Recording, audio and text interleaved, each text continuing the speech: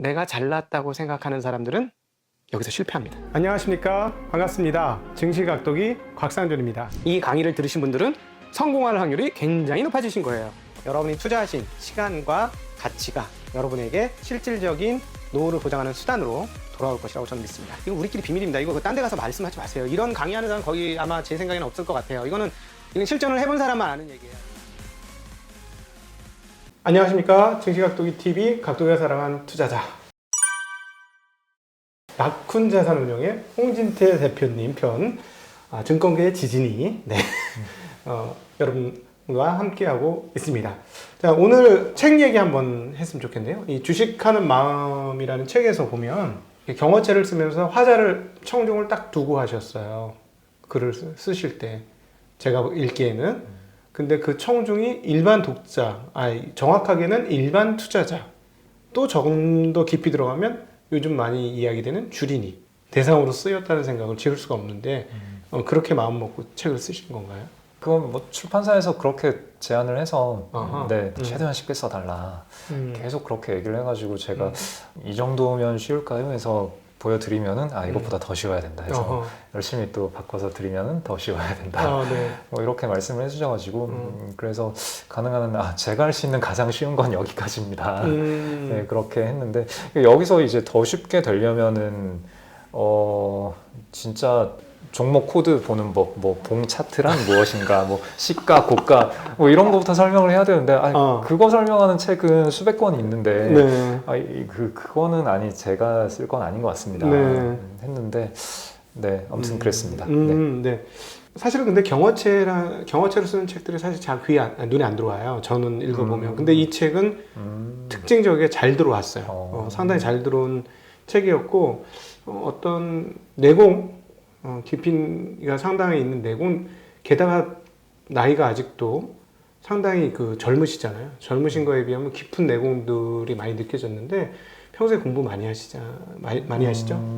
네, 책은 그래도 적지 않게 읽는 것 같습니다. 네. 구체적으로 말씀해 주세요. 한 어느 정도? 뭐 일주일에? 책이요? 네. 제가 독서 모임을 하느라 한 달에 한 대여섯 권 정도는 읽는 것 같습니다. 한 달에 대여섯 권. 네. 주로 그러면 요즘에는 인지과학 관련, 뇌과학 관련 일부 읽으실 거고 또 다른 쪽으로는 어디? 네, 뭐 사실 투자책은 제가 업계에 입사하고 나서는 사실 2008년부터 2014년 정도까지는 책을 거의 안 읽었어요.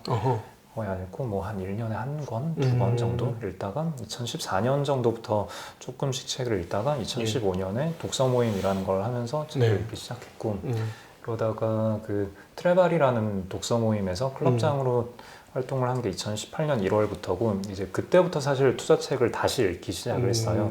근데 투자책 약간 그 업계 사람들 그런 게 좀 있잖아요. 내가 전문가인데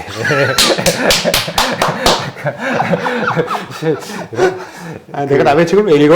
아니 이제 월가영이라는 책을 2018년 1월에 트레발이 클럽장을 처음 시작하고 3월이 돼서야 처음 읽었어요, 그 책을.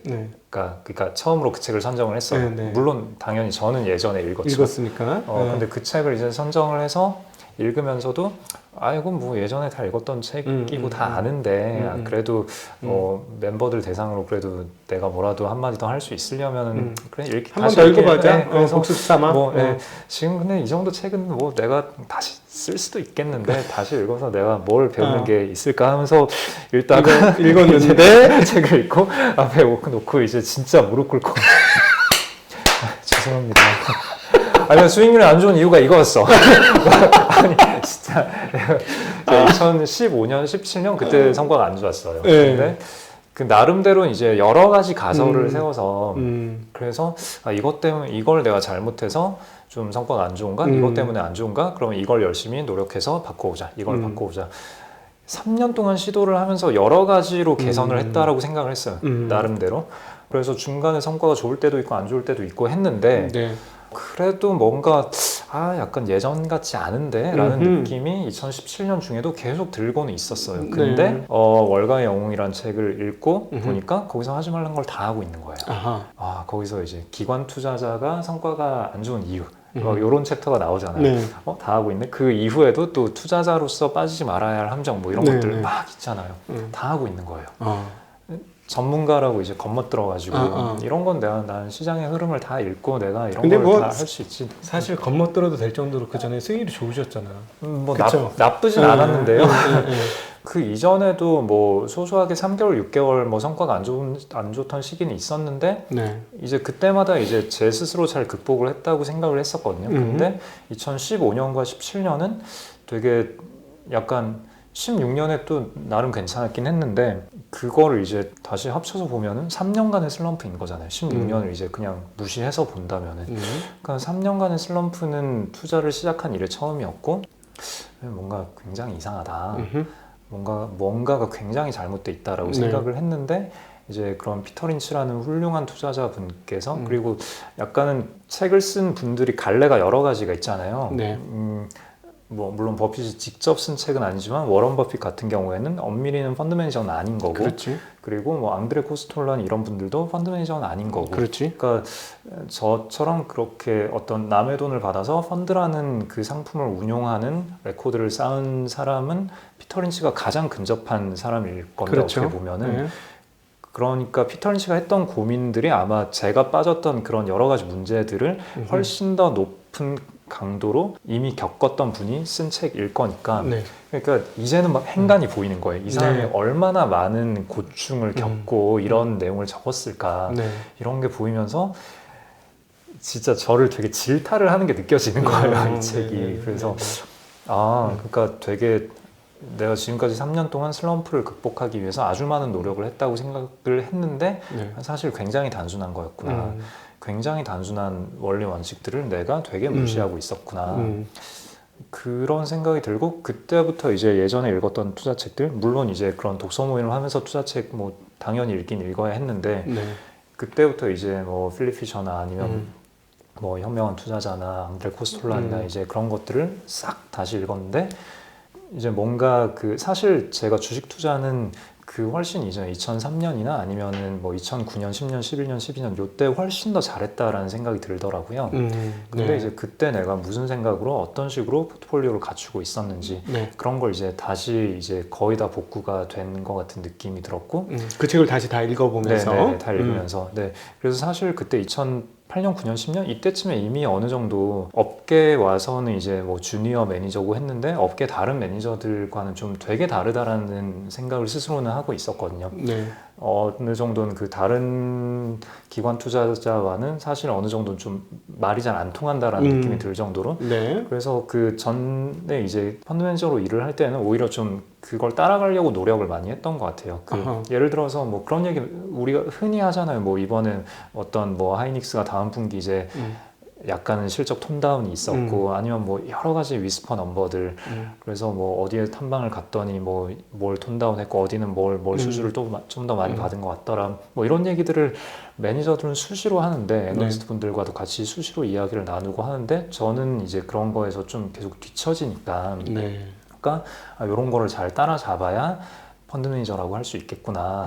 그런 식으로 따라잡으려는 노력을 기관 투자자 생활을 하면서 이제 되게 많이 노력을 했는데 오히려 결과가 더 안 좋았다는 오히려 거죠. 결과가 더 안 좋은 거죠. 그런 정보 싸움에서는 정보에서 내가 남들보다 그러니까 저 열심히 일하는 기관 투자자보다 내가 더 앞서 있어야만 돈을 벌 수 있는 거니까. 네. 근데 앞서 있을 가능성이 일단 낮기도 하거니와 앞서 있다라는 걸 어떻게 확인을 할 것인가 그런 여러 가지 그러니까 좀 심사숙고해서 따져봤을 때 승리할 확률이 되게 낮은 게임인 거죠. 네. 근데 그런 게임을 나는 계속 하고 있었다. 근데 원래는 안 그렇게 했었는데 그쵸. 예전에 처음 했을 때는 원래는 실적 발표를 하고 뭘 하건 그래 그렇구나 하고 이제 굉장히 여유 있게 매매를 했었는데 그러니까 어떻게 보면은 남보다 한 걸음 앞서간 게 아니라 10걸음 정도 앞서가 있으면서 한 9걸음은 그냥 이제 뭔가 버버버 하고 있다가 지나고 나서 보니까 조금 앞서 있었던 게 된 원래는 그런 투자를 하고 있었던 건데 이제 뭐 2013, 14, 15, 16 가면서는 이제 한 걸음 앞서기 위한 경쟁에 저도 뛰어들었던 일반적인 거죠. 네. 펀드 매니저들이 하는 방식을 쫓아서 네. 그거를 내 무기로 장착하고 난 다음부터 실제로 내가 나의 무술이 통하지 않는다는 느낌. 그렇죠. 네. 그렇죠. 네. 네.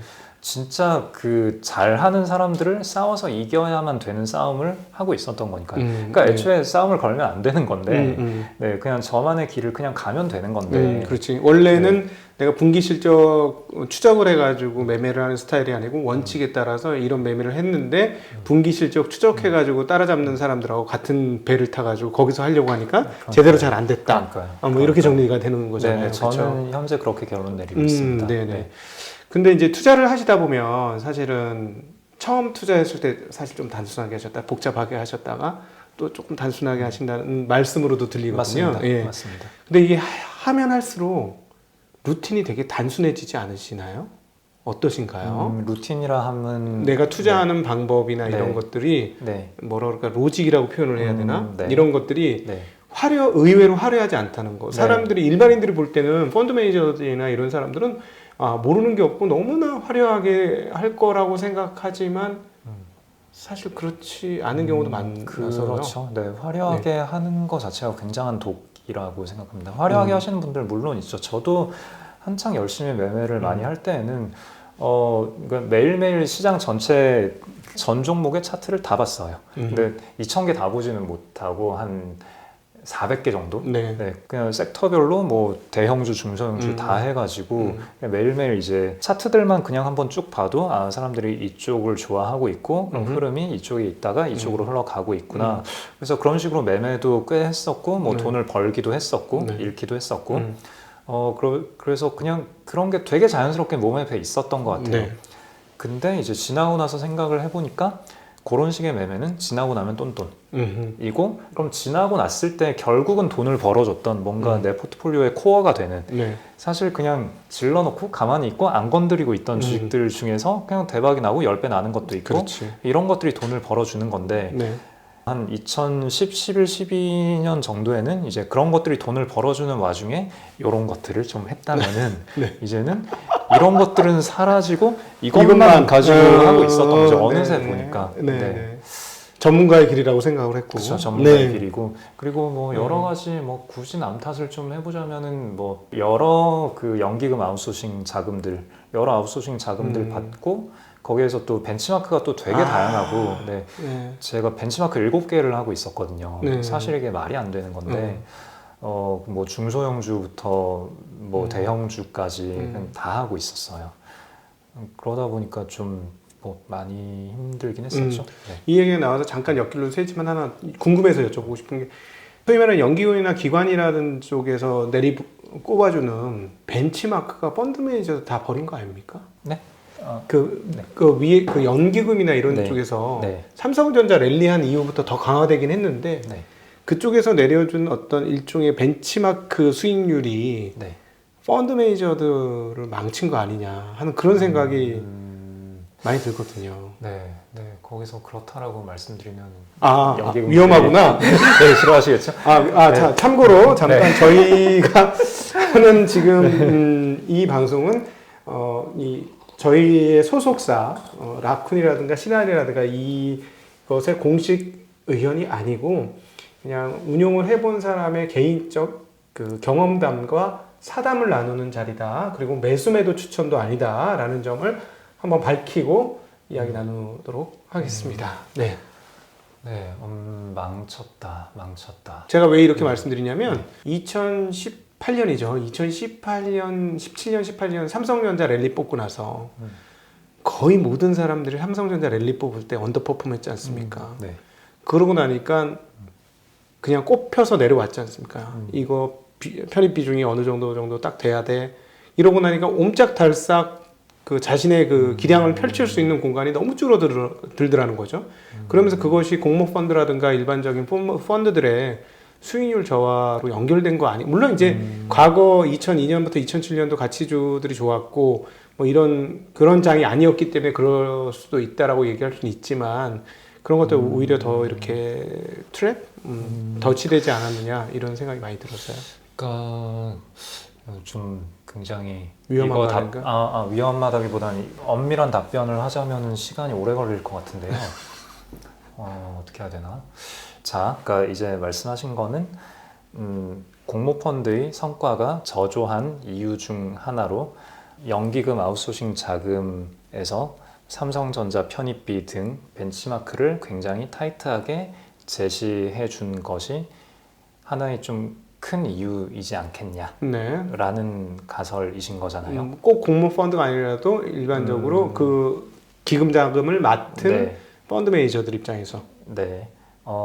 그럼 여기서 우리가 좀 뭐랄까 체크를 해봐야 될 숫자들이 그러면은 실제로 그런 2017, 18년에 그렇게 벤치마크 복제율이 굉장히 타이트하게 내려왔는가? 네. 그 이전에는 안 그랬는가? 음흠. 이런 얘기를 좀 해봐야 될 것 같고 그 다음에 또 하나는 만약에 과거에 그러지 않았다면 그럼 과거에는 성과가 평균적으로 더 좋았는가? 음흠. 요것도 체크를 해봐야 될 것 같고요. 그 다음에 세 번째는 그 이외에 성과에 영향을 미치는 다른 요인들은 또 어떤 것들이 있을까? 네. 뭐 이런 식으로 좀 살펴봐야 될 것 같은데요. 일단은 뭐 최근에 저는 뭐 일단 지인들 자금 위주로만 받고 있으니까 네. 뭐 어차피 연기금 훌륭하신 분들께서 이제 저희 회사에 돈을 맡기지 않기 때문에 최근에 벤치마크 자금들이 스펙을 어떤 식으로 타이트하게 내려오는지는 모르겠습니다. 네. 모르겠습니다만 과거에도 뭐 복제율 한 70, 80% 정도는 기본으로 맞추고 왔던 것 같고요. 그 다음에 현금 비중도 20%를 넘어가는 펀드는 거의 없었고, 그렇죠. 네, 현금을 아주 많이 허용해주는 스펙은 한 20%까지 허용을 했던 것 같고, 대체로 그 주식 편입비 90 혹은 95 정도를 그렇죠. 맞춰서 내려왔던 것 같고, 그리고 대부분의 벤치마크가 중소형주 벤치마크가 아닌 한에서는 코스피 200을 벤치마크로 한다라고 했을 때 그때 뭐 삼성전자 비율이 한 30% 정도 네. 갈 거고 뭐 하이닉스, 현차 뭐 이런 것들도 비중이 상당할 거고 그러니까 과거나 지금이나 그러니까 과거에 이미 충분히 전자 편입비가 높은 형태로 스펙이 왔었기 때문에 네. 현재 그보다 더 타이트해져 봤자 얼마나 더 타이트해질 수 있을까? 제 질문은 네네. 요즘 말하는 게 아니고요. 아, 지금을 네네. 말하는 게 아니고 그 네네. 이게 그 펀드 매니저들이 이제 수익률이 네. 지금 그 시장을 비트하지 못하고 네네. 상당히 어려워지는 바로 네. 그 시점이 네. 그런 그 복제율이 굉장히 좀 올라간. 네네. 그러니까 말씀하신 대로 7, 80%까지 올라가면 사실은 펀드 네. 매니저가 운영할 수 있는 건 5%, 네. 10%밖에 안 되는 거잖아요. 네. 자기의 역량을 발휘할 수 있는 데는. 네. 근데 일단 웬만하면은 펀드가 벤치마크를 아웃퍼폼하지 못하고요. 아마 통계를 다 아실 텐데 그거는 뭐 한국이건 미국이건 다른 어떤 나라를 가건 마찬가지일 거고요. 일단 미국은 확실히 자료가 있고 한국도 뭐 풍부하게 자료가 있고 그렇습니다. 10년을 기준으로 봤을 때 10년 동안 벤치마크를 아웃퍼폼한 펀드는 전체의 10% 미만, 네. 30년을 보면 전체의 한 2% 정도 그렇게 줄어드는 게 미국의 통계고 한국도 크게 다르지 않을 겁니다. 네. 그러면 거기에서 한국만의 특수성, 뭐 삼성전자의 비중이 뭐 되게 높다라던가 아니면은 벤치마크 복제율이 높은 게 한국만의 특수성인지는 또 모르겠습니다. 네. 어쨌거나 펀드는 벤치마크를 이기기가 원래 굉장히 어렵다. 근데 저는 여기서 좀 더 나아가서 그냥 한 명의 투자자가 벤치마크를 이기는 거는 원래 너무너무 어렵다. 그렇게 생각을 하고요. 그게 그렇게 되는 이유는 일단 우리가 두뇌가 이제 이런 현상을 인지하는 구조, 그리고 현상을 계속 살피면서 뭔가 계속 어떤 신호를 찾아내고 그 신호를 통해서 내가 매매를 계속 하려고 하고, 그러니까 뭔가를 해보는 것을 통해서 경험을 쌓고 거기에서 새로운 시도를 해보자 하고 배우려고 하고 이런 시도를 하는데, 애초에 이런 복잡계에서는 개별적인 뭐 이런 용어를 막 써도 되나 모르겠는데 단일 시행에서의 결과에서 그 랜덤리스, 무작위성이 이 결과에 영향을 미치는 게 굉장히 크기 때문에 어떤 결과가 나왔을 때 내 실력이 얼만큼 작용했는지는 파악하기가 아주 어렵다. 일단 이게 진짜 공학도로서의 이야기시네요. 진짜 이거는 굉장히 엄밀한 학적인 얘기를 하신 겁니다. 그러니까 예를 들어서 내가 마음대로 운용을 한다고 했을 때 그 마음대로 운용한 게 시장을 아웃퍼폼할 수 있다는 것을 학적으로 증명할 수 있거나 그 규정되어서 증명할 수 있지 않다라는 얘기를 하신 걸로 저는 이해했어요. 굉장히 어렵다. 네. 굉장히 어렵다. 네. 일단 아웃퍼폼하기는 연역적으로 생각을 해봐도 굉장히 어렵고요. 그러니까 이런 어떤 두뇌의 구조라던가 이런 걸 생각을 해봐도 원래 사람의 행태상 전체 시장을 이기기는 굉장히 어렵다. 그럴 수 있는 어떤, 그러니까 처음에는 물론 모두가 초보인데 우리가 생각하는 거는 이제 뭔가 시도하고 깨지고 근데 이런 여러 가지를 통해서 그리고 어떤 나보다 더 잘하는 사람으로부터 교육을 받고 배우고 네. 훈련을 하면은 점점 성과가 나아진다. 네. 이게 우리가 생각하는 기본적인 어떤 분야건 간에 뭔가를 배워갈 때의 기본적인 태도라고 볼 수 있잖아요. 네. 근데 이런 태도가 먹힐 수 있는 영역과 그렇지 않는 영역이 명확하게 구분이 되어야 하는데 이런 태도가 먹힐 수 있는 영역은 모든 개별 시행에서의 성과가 실력과 연동이 될 때 예를 들어서 어떤 그림을 그린다. 피아노를 배운다. 피아노를 배울 때마다 뭐 손가락 모양을 이렇게 하면 안 되지. 손 모양을 이렇게 하고 그다음에 뭐 건반을 누를 때 힘을 이렇게 하고 그다음에 뭐 도레미파솔라시도 이렇게 하고 할 때마다 한번 도레미파솔라시도를 칠 때마다 내 잘못된 점을 코치가 우리 선생님께서 다 지적을 해서 고쳐줄 수가 있잖아요. 그리고 내가 열심히 노력하면 그때 오늘 하루 노력하면 내일 내 성과가 조금은 나아지잖아요. 네. 네, 눈에 보이지 않게 미미할 수 있더라도 더 못해지진 않잖아요. 네. 물론 또 슬럼프에 빠질 때도 있긴 하겠지만 그건 네. 이제 어느 정도 반열에 올랐을 때고.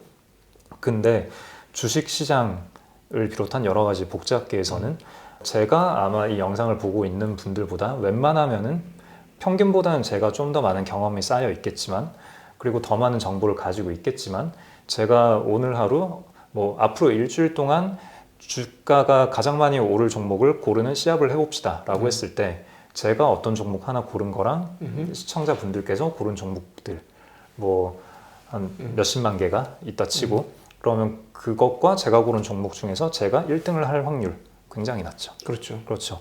뭐 50% 이상만이라도 되면 저는 다행이라고 생각할 것 같아요. 절반보다만 조금이라도 잘하면. 네. 그럼 되게 이상하잖아요. 지금까지 쌓아온 경험의 폭, 정보의 양, 제가 월등하게 많을 텐데 적어도 상위 10% 정도는 될 텐데 제가 고른 주식이 향후 일주일 동안 상위 10%에 들 수 없다는 거죠. 물론 들 수도 있겠지만 그 확률은 되게 낮다라는 거. 운빨이지죠. 네, 그렇죠. 예, 그렇죠. 그건 운일 뿐이에요. 그렇죠. 어떤 위치에 그렇죠. 있든 간에 그렇죠. 그건 운인 거죠. 그렇죠. 1등을 하건 꼴등을 하건 절반에 있건 어디에 가건 대체로 다 운인 거죠. 그렇죠. 네. 그러면 이제 황당하잖아요. 그러면 아니 기관 투자를 하면서 뭐 20년 동안 주식 투자했다면서 그럼 뭐 한 거예요? 황당하잖아요. 근데 제가 얘기할 수 있는 거는 만약에 여러분과 제가 앞으로 10년 동안 시합을 한다라고 하면 제가 아마 상위 10%는 있을 것 같아요. 이런 거죠. 네, 네. 그렇죠. 그러면 그것을 네. 구분해 주는 건 무엇이라고 이야기해야 되나요? 그래서 그걸 구분해 주는 게 일단 첫 번째로 자, 이 문장 전체를 좀 통으로 기억을 해 주셔야 될 것 같아요. 무작위성이 크게 작용하는 영역에서 실력이란 무엇인가? 일단 이 질문에 대한 대답을 할 수 있어야 되고요. 그 다음에 그렇다면 그 실력은 우리가 어떻게 검증할 수 있고 어떻게 키워나갈 수 있을 것인가? 이렇게 두 가지 질문을 던질 수 있어야 돼요. 네. 그래서 예를 들어서 그런 거죠. 뭐 주사위를 던졌을 때 3, 4, 5, 6이 나오면 내가 이기는 게임이다. 여기서 몇 가지 전제가 더 필요하죠. 주사위의 각 눈금이 나올 확률은 동일하고 그 다음에 이겼을 때 버는 돈, 깨졌을 때 내가 잃는 돈 동일하다라고 하면은 3, 4, 5, 6이 나오면 내가 이기는 게임을 한다 라고 하면은 내가 이 게임을 시도하는 거는 좋은 건가요? 나쁜 건가요? 눈금이 1, 2가 나오면 내가 지는 거고 3, 4, 5, 6이 나오면 이기는 게임. 이게 그 확률적으로 높으니까 내가 하는 게 좋죠. 네, 그렇죠. 확률이 높으니까 좋은 거죠. 게임을 시도할 수 있죠. 주사위를 던질 수 있어요. 근데 1이 나와서 내가 질 수도 있는 거죠. 그렇죠. 근데 1이 나와서 졌다고 해서 제가 실력이 없는 사람인가요? 아니죠. 네. 그리고 만약에 6이 나와야만 이기는 게임이다. 이 게임을 내가 시도를 했어요. 6이 나왔어요. 내가 이겼어요. 그럼 이긴 게 아니지? 네, 그거는? 이긴 게 아니죠. 네. 네. 그러니까 자, 여기에서 이제 중요한 함의가 있는데, 그러니까 3, 4, 5, 6이 나와서, 그러니까 나한테 유리한 확률인 걸 알고 여기서 이제 리스크 관리도 해야 되고 뭐 몇 가지 전제 조건이 더 붙기는 한데 아무튼 유리한 확률에서 내가 주사위를 던졌다. 그럼 주사위의 개별 눈금이 얼마가 나오는지는 중요하지 않은 거예요. 이길 수도 있고 질 수도 있는 거예요. 네. 주사위를 던졌다라는 사실 자체에서 거기서 이미 나는 실력이 있는 사람인 거예요. 그렇지. 네. 확률이 높은 그렇죠. 시장에서 내가 그렇죠. 놀고 있으니까. 그렇죠. 그리고 6이 나와야만 이길 수 있는 게임에서 내가 주사위를 던졌다. 주사위를 던진 순간 나는 실력이 없는 사람인 그렇죠. 거예요. 바보죠. 왜냐하면 5번은 네. 실패할 거니까. 그렇죠. 네. 그렇죠. 네.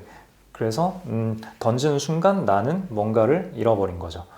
그러니까 복잡게 해서 실력이라는 건 이런 거죠. 그러니까 내가 유리한 게임인가 불리한 게임인가 이거를 알고 던졌느냐, 모르고 던졌느냐. 네. 네, 혹은 불리한 게임인 걸 알고도 던졌느냐, 요런 게 실력이다라는 거죠. 네. 그래서 이걸 이제 너무 뜬구름 잡는 얘기인데, 그러면 이제 실제 주식 얘기로 이제 들어오자면은 일단은 뭐 당연히 이 게임의 룰을 알아야 되고, 내가 주식을 매매를 할 때 주식이라는 게 대체 뭐냐, 그럼 주식이 무엇을 표상하는 거냐, 네. 그럼 주식을 통해서 돈을 벌려면 내가 뭘 해야 되는 거냐, 그럼 주식은 기업을 표상한다 치고, 그러면은 내가 투자하려는 이 회사는 뭐 하는 회사냐, 그리고 이 회사의 뭐 앞으로 3년, 5년 후의 미래를 내가 그릴 수 있느냐, 그러면은 이런 미래에 대해서 투자자들이 좋아할 때 얼마까지 프라이스를 지를 수 있느냐, 얼마까지 높은 가격을 지를 수 있느냐, 사람들이 기분이 안 좋을 때는 얼마까지 낮은 가격을 지를 수 있느냐, 다시 말해서 내가 얼마나 손해볼 수 있느냐, 뭐 이런 질문들에 대해서 내가 대답을 할 수 있어야 그래야 나는 이제 게임에 나설, 주사위를 던질 자격이 있다라는 거죠. 네네. 그러니까는 그 주사위를 던질 수 있는 상황을 분석을 할 수 있는 게 전문가와 일반인들을 나눈다. 전문가와 일반인이라기보다는 실력 있는 자와 없는 자를 나눈다. 예. 하기야 전문가들 중에서도 실력이 없는 사람도 네. 있을 수 있죠. 네, 그렇죠. 네, 사실 예, 그 전문가라는 표현, 이 바닥에서 전문가라는 표현을 저는 좀 굉장히 조심해야 된다라고 생각을 해서요. 네, 그러니까 전문가라고 하면은 진짜 문제를 해결해 주는 사람인 거잖아요. 그렇죠. 그러니까 내가 충치가 있으면은 치과 의사한테 가면 충치를 고쳐 주잖아요. 네. 심장이 아프면 심장외과 전문의가 심장을 고쳐 주잖아요. 네. 근데 저 주식 어떻게 해야 될지 모르겠어요. 도와주세요 하고 주식 전문가한테 가면은 수익률을 내주나요? 못 내주잖아요.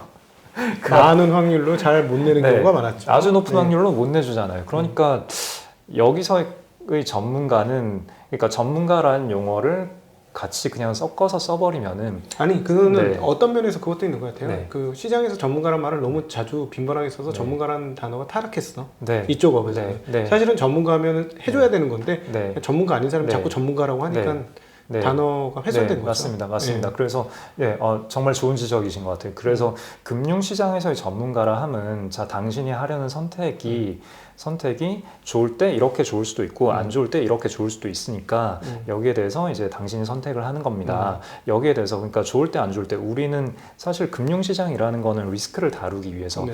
알 수 없는 미래에 대해서 우리가 위험을 좀 분산을 시키고, 그리고 위험이라는 건 좋은 쪽으로 터질 수 있는 거니까 좋은 쪽으로 터지는 위험을 우리가 다 같이 좀 나눠 가지고 이렇게 하기 위해서, 알 수 없는 미래에 우리가 대응하기 위해서 만들어진 거잖아요. 근데 여기에 대해서 알 수 있다라는 식으로 네, 고객한테 얘기를 해버리는 게 이제 모든 문제의 시작 아닌가, 개인적으로는 좀 그런 생각을 가지고 있고요. 네. 어떻게 합니까? 알 수 네. 있는 사람들 네. 대부분 알 수 있다고 얘기하는 사람은 거의 대부분 가짜지. 네, 그렇죠. 그러니까 알 수 없는 거를 알 수 없다. 알 수 없기 때문에 우리는 이런 금융상품이 존재하는 겁니다. 이런 식으로 내용이 흘러가야 하지 않나라고 생각을 하는데, 그렇게 되기에는 좀 우리가 넘어야 할 장벽이 좀 굉장히 많은 것 같다는 생각이 듭니다. 네, 오늘 굉장히 엄밀한 얘기를 하면서